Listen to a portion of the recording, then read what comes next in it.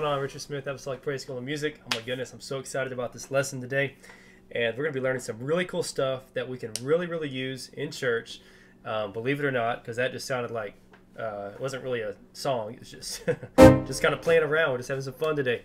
But we're going to show you how you can actually use stuff like this in church to give your music a really cool sound and to really help out your entire music team. So first of all, we're going to be talking about some different kind of chords that you may not be familiar with. A lot of church musicians do not use this chord. I'll be honest with you. I hardly ever hear anybody using it. There's a few people that use it though. I'm going to be talking about minor pentatonic scale and how we can use that, the jazz blues scale, Dorian scale, some chromatic stuff. And I'm going to explain, break down really easy way to understand what all of that means in like the most easy to understand terms, whether you know nothing at all about piano or just a little bit or a lot. And also how to play the same notes in both hands to give yourself a really cool sound, to give your band a really cool sound. We're going to talk about groove, rhythm, upbeats, downbeats. What in the world is that? What does it mean? We're going to make it really simple and a lot of fun. So hang in there and we're going to get into all of this stuff and show you how you can use it in church. Okay, so first of all, let's go over this really cool chord. So everybody knows how to play minor sevenths. I mean, if you've been around church music a lot, you know minor sevenths. If you don't, let me break it down real quick. So this is a C minor chord, C, E flat, G. And basically what we do a lot in church is we add on the flatted seventh, we add on the B flat. And that gives us kind of a jazzy sound. You know, what's that? My God is more than enough. My God is more than enough. He will supply. They just have a really cool sound by themselves, right? What we're going to do is show you the little sister to the minor seventh chord. And what that is actually the minor sixth chord. Now hold on, you may be like, I already know that, Richard, I already know the minor sixth chord. How is that anything new? What we're going to do is we're actually going to use it in more like a fast song. You know, everybody uses it in slow songs. You know, you thought I was worth saving, so you came and changed. You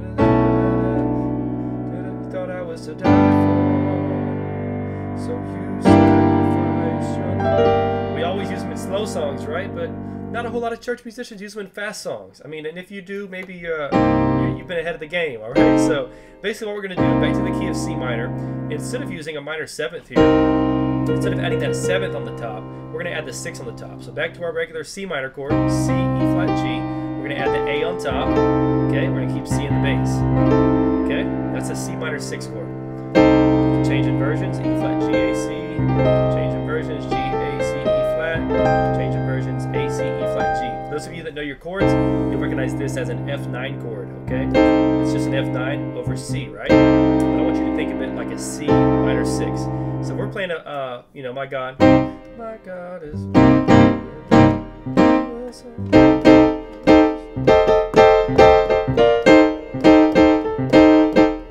It just has a really cool sound as opposed to this, which sounds cool too.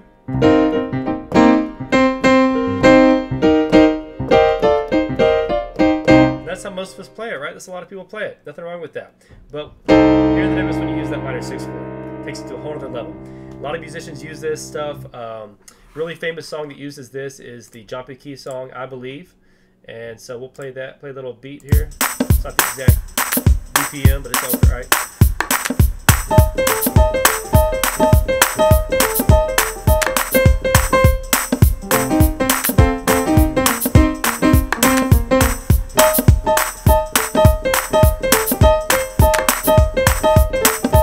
Any of those, like just faster, that style of stuff, I use that feel all over the place. And basically, all it is you're playing a C minor 6. Your right hand is playing C, E flat, A. Left hand is playing G and A. So you're playing the E flat and A first, which is a tritone, right? Tritone of F, but it's also a part of a C minor 6 chord. That's how you need to think about it.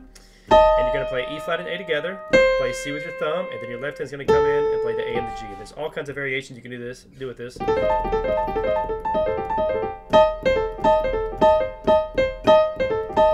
Even in shout stuff, if you want to play some shout music, you could use it too.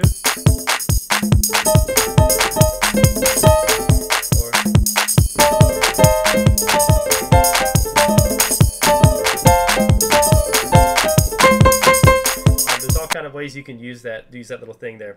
It just works as a really cool fill sometimes, even just in like a jazzy type place. So. has a very mysterious sound. Okay, cool. So that's that. Minor pentatonic scale. Let's look at that. Minor pentatonic scale is basically, penta means 5, so it's just a 5-tone or 5-note scale. And in C, it's basically your 1, 4, and 5. And then you're going to add in your flatted 3rd and your flatted 7th. Okay? So these are the notes of a C minor pentatonic scale. C, E flat, F, G, B flat. We're going to take that to another key. Let's take it to F. You would have your 1, 4, 5, flatted 3rd, and flatted 7th. Okay? Alright, so that's pretty much how that works. That's the minor pentatonic scale. We're going to use the notes of this scale to make up grooves.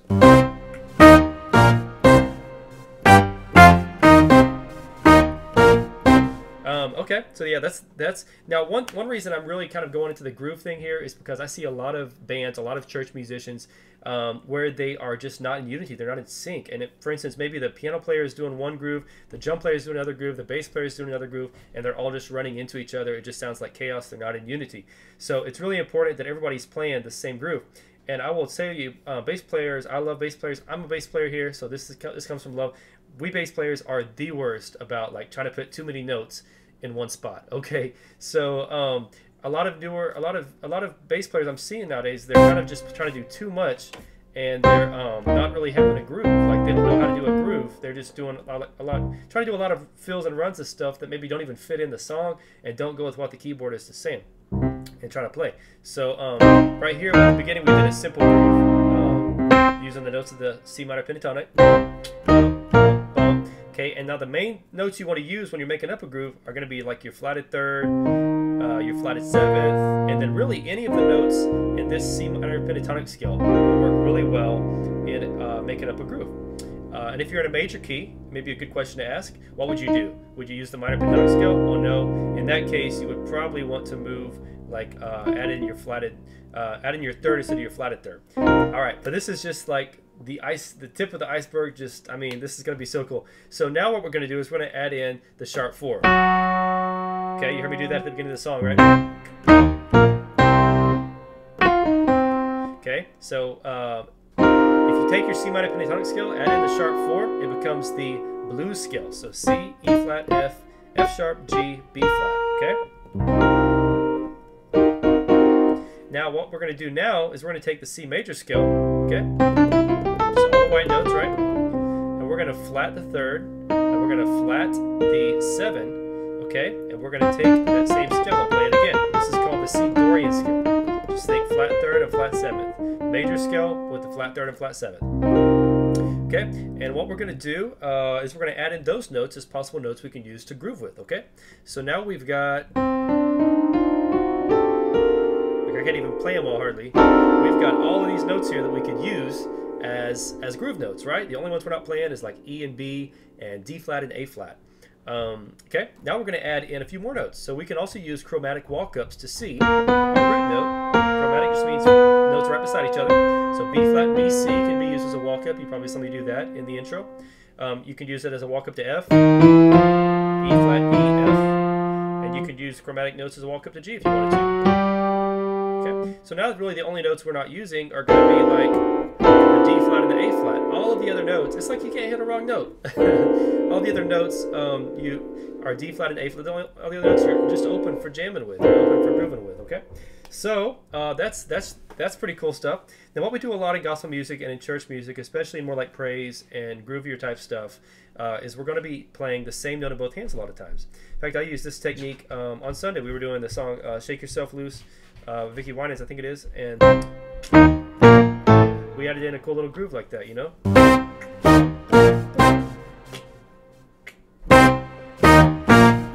And the whole band was doing it, and it sounded really, really tight. It made everything sound unified, made everybody sound cool. All right, and in fact, the song went over really well, really great praise and worship service actually. So it's being in unity is powerful in anything. Okay, so let's talk a little bit about rhythm and groove. Now, what am I talking about when I say like up beats, down beats? Like, Richard, what in the world do those even mean? Okay, so basically, in a real simple way to understand, downbeat, think about it like this. When you're hitting on the main notes of the main beats, like 1, 2, 3, 4. Imagine like a drum player like playing the bass drum, right? The big bass drum with his right foot. Bum, bum, bum, bum. 1, 2, 3, 4. 1, 2, 3, 4. Those are downbeats because his foot's going down. Okay, that's basically what he's doing. Now, when his foot is up, in other words, when it's like perfectly up in the air, like right at that halfway point, because he's going down, up, down. So when it reaches the peak, basically, that is the upbeat, or the and, as some people call it. 1 and 2 and 3 and 4 and, or the offbeat. A lot of people call it the offbeat. So 1, 2, 3, 4. Now let's switch to the offbeat on the second time around. 1, 2, 3, 4. 1 and 2 and 3 and 4 and. Okay, you hear I'm hitting the note on the and. So how does this come into play? The ands have a really jazzy sound. The ands have a really groovy sound, very rhythmic. Okay, so like for instance at the intro, when I was doing that, I'm hitting almost all ands. The first one is on, so let's see, 1, 2, 3, 4. 1 and 2 and 3 and 4. So I'm literally, the only note I'm hitting on a downbeat is the first note, the C. The rest of them are on upbeats or on offbeats, okay? So 1 and 2 and 3 and 4 and 1 and 2 and 3 and 4 and 1 and 2 and 3 and 4 and it sounds really cool, right? That's kind of how that works. If you just hit them on the downbeats, though, let's do that just for fun and just see how it sounds. So 1 and 2 and 3 and 4 and 1 and 2 and 3 and 4 and 1 and 2 and 3 and 4 and 1. Definitely not as, it doesn't sound as cool, right? It just doesn't sound right. Okay, so those are some things you can do when you're making up grooves. In fact, let's just make up a few more here. So two. 2.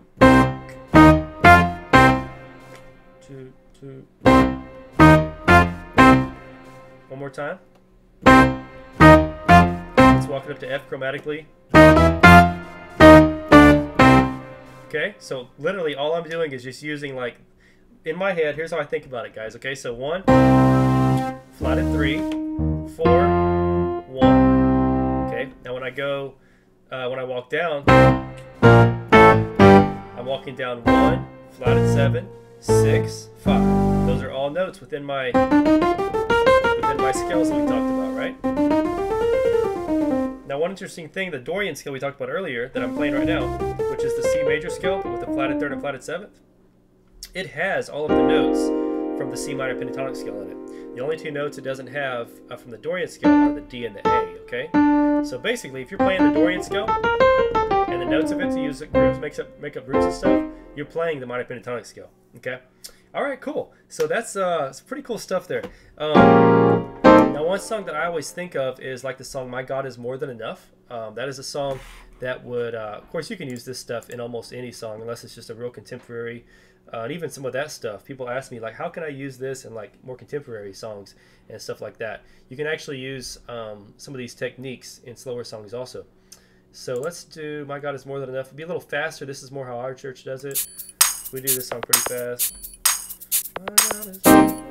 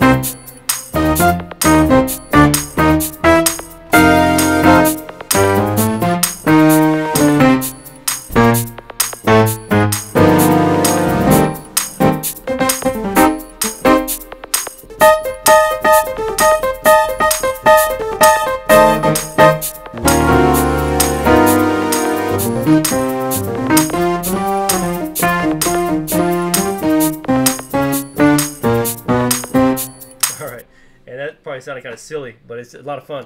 I'm pretty much just making this stuff up on the fly. There's just so much cool stuff that you can do with these minor 6 chords. You can have so much fun with them. They're a blast to play with. So playing around with these scales, playing around with just making some different sounds And I mean, just let me know what you come up with. If you're part of our private Facebook group, if you're an Apostolic Praise student or member, please post a video of yourself playing. If you have any questions on this stuff, let me know. It is a lot of fun to learn this stuff and just to play around with it. And of course, you want to practice all this stuff in all your keys. You know, we go over pretty much all of these things in our lessons. A lot of these techniques and topics we're talking about here, we cover them in our lessons. And if you are part of our private Facebook group, or if you're a member on our site and have joined that group, because it's only open to the Apostolic Praise members, then we'll be doing a lot more videos, more in-depth stuff like this. This one we kind of just thought we'd throw it for everybody. Just thought it'd be fun to do. So anyways, oh my goodness, there's so much cool stuff you can do with these techniques. Like I said, this chord has become one of my favorite chords. It's just a really fun song. Kind of on a different note, different topic here. Here Comes the Bride actually happens to start on the same chord.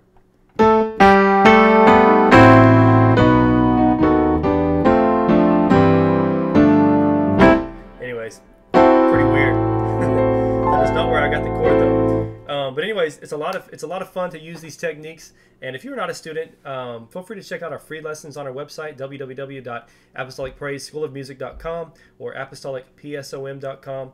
But yeah, God bless y'all. Shoot me an email. Give me a call. You can also reach us by phone or text, 650-877-2473, 650-877-2473. And we're just going to kind of take it out and just play around here a little bit. So God bless y'all.